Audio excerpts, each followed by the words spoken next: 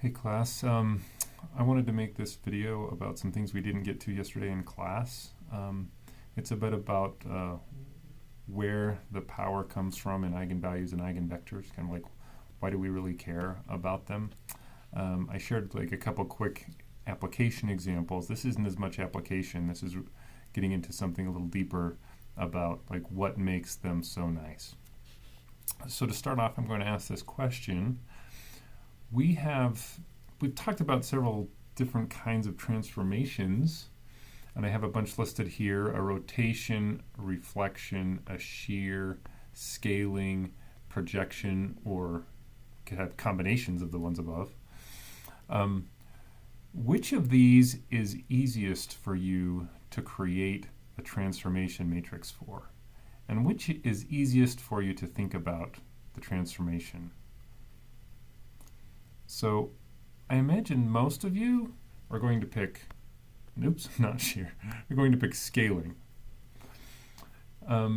Scaling is pretty easy if we're just scaling along the x and the y axis.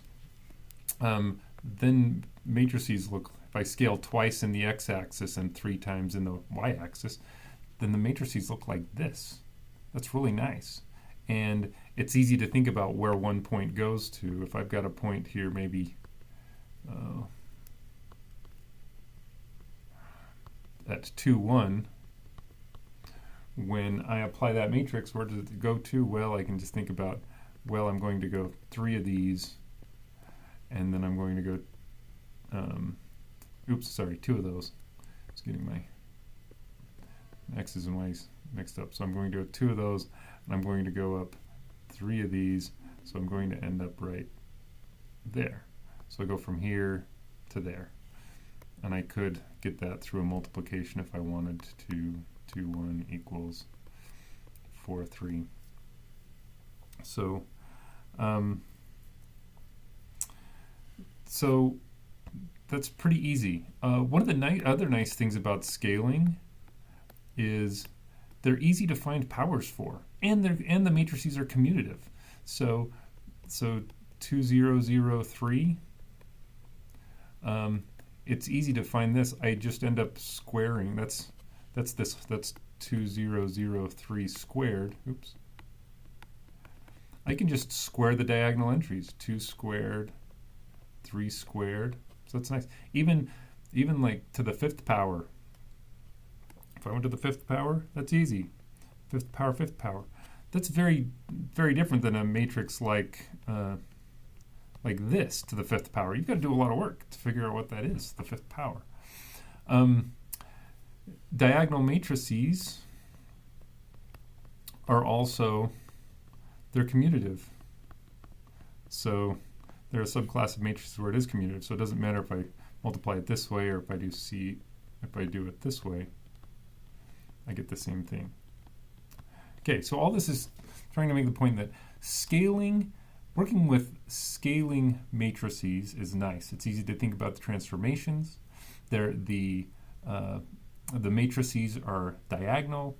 Diagonal matrices are really easy to work with. You can take powers and they commute. There's really nice things with that.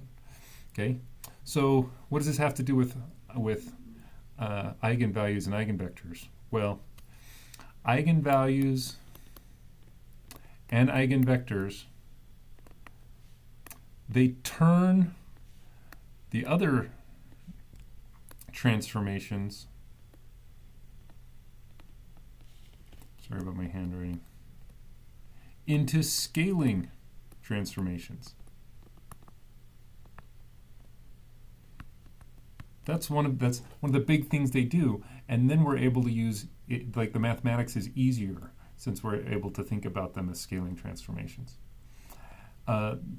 What you give up, though, the trick to be able to think about them in terms of scaling transformations is you have to think about them with a different basis. So we won't be thinking about scaling this way and this way. We might be thinking about scaling this way and this way. And so that's what you give up. You give up the natural basis to get the advantage of the scaling things. So and scaling, when you understand which directions things scale, you also understand a lot more about what your matrix does, or what the system is, what's happening in the system that the matrix represents. So let's go back to, for a particular example. So this is the rabbit and fox example that I put up on the board, the screen quickly the other day. So we have a standard basis here. The standard basis would be, let me pick a different color. The standard basis would be this and this. Okay, so like 1 unit of rabbits and 1 unit of foxes. But that's not the natural basis. An eigenbasis is the natural basis to work with a system. This doesn't have a nice, the transformation isn't a scaling transformation if I think about these bases, the standard bases. But this and this are eigenvectors, and I can use those, and then it does become a scaling transformation if I think about these as the basis. If my coordinates are in terms of these two, the blue ones, not the green ones. Okay, so for example, if I think about green, then if I think about green, my matrix is 2, a minus 1, 0, 1.1. Okay, so I can do that. If you give me any coordinate in green coordinates, I can multiply them there, and I can find out what the population will be next year. This is rabbits and foxes. Okay, so rabbits and foxes in year 1, rabbits and foxes in year 2. Okay, I can do that. It's just hard. It's hard for me to think about this transformation.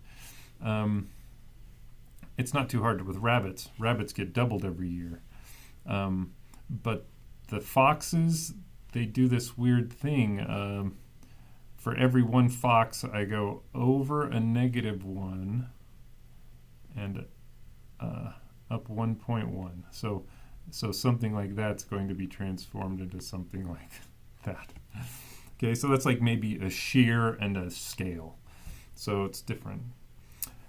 But if I can represent a coordinate in these blue vectors, so the blue basis, so we'll say the basis vectors are 1, 0. So that's still rabbits. And the other one, we're going to say it's 1, 1. It's not quite 1, 1, but to make the math easier, we'll say it's one rabbit unit to 1 fox unit. See, it's close if I go to there. If I stretch it all the way out to there, it's close to 1, 1, but we'll just say it's 1, 1 for now. If I pick a coordinate in terms of these, then the transformation matrix is 2, 0, 0, 1.1. It's just a scaling matrix. So I stretch, I can think about what I do here. I still have rabbits, but my other one is kind of is a fox and rabbit ratio. So like a packet together. So you tell me how many of these and how many of these. This is how many rabbits and how many rabbits foxes, or foxes and rabbit packages. Then that's easy for me to figure out. I just double the one and take 10% more of the other one, 1.1 of the other one. Okay, and that's scaling. So let's go down to a specific example. So here is this point here. It's the coordinates in rabbits and foxes. So that's blue is 1 rabbit and a half of a fox. Okay. 1 rabbit unit, 1/2 of a fox unit. So they're like thousands or hundreds of rabbits or foxes.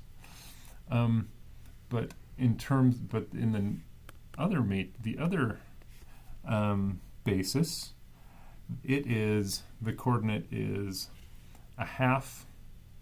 Well, let me do rabbits first. So it's a half of a rabbit because this one here, it's half the length of this.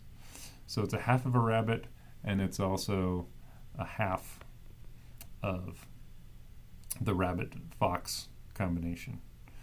It's kind of equal units. So it's a half and a half. So it's a half up to, we're saying it's 1, but not quite. So it's a half of that. It's half of the one that would go all the way to there. Oops, it's supposed to be right to there. And it's half of the one that would go to there. So that coordinate is half and a half. So to figure out where they go, where the populations would be next year, well, this one is easy to figure out. This is 2, 0, 0, 1.1. I just have to stretch. I double the half, and I get 1. I take another 0.1 there, so I get 5.5. So 1.1 there. So I have 0.55 of equal portions rabbits and foxes plus 1 rabbit unit. That's going to be my population. So I'm thinking, like, the units I'm thinking about is different. Like, the coordinates I'm thinking about is different. But the transformation was really easy. If I'm thinking about rabbits and foxes, then I've got to go do this thing, and that's a little bit harder. Still doable. But where does it go? I mean, I can do the calculation, but I can also easily figure out where this goes. It's easy to figure it out if I think about the scaling, because I scale up another 10% on this one, and then I double the length over, and boom, I know exactly where it is. So, whereas if I have the coordinates in the x and y, then it's hard. I can't just do simple scalings. I have to do a harder transformation to figure out where that new point is. So it's a lot harder. And this makes it easy if I want to find, if I deal in these coordinates, then it's easy to find where it would be 2 years later, or 3 years later, or 4 years later, because I can just take powers of these, and then I end up with, I could do the math, and you end up with what it would end up at. So the big advantage of working with eigenvalues and eigenvectors is they give us a very natural way to, it is the natural way to think about what the matrix does. I know it might not be natural to you, but like mathematically, it's the natural way that makes the mathematics really nice. And then we can start to break down that matrix. We're going to get to where we factor down a matrix into different ways.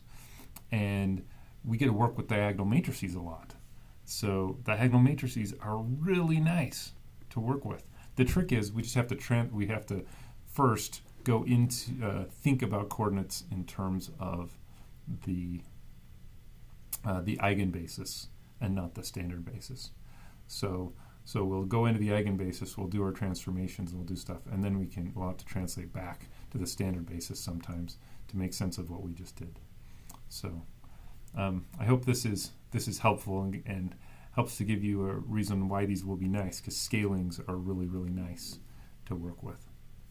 And that's what eigenvectors allow us to do in lots of situations. Thanks.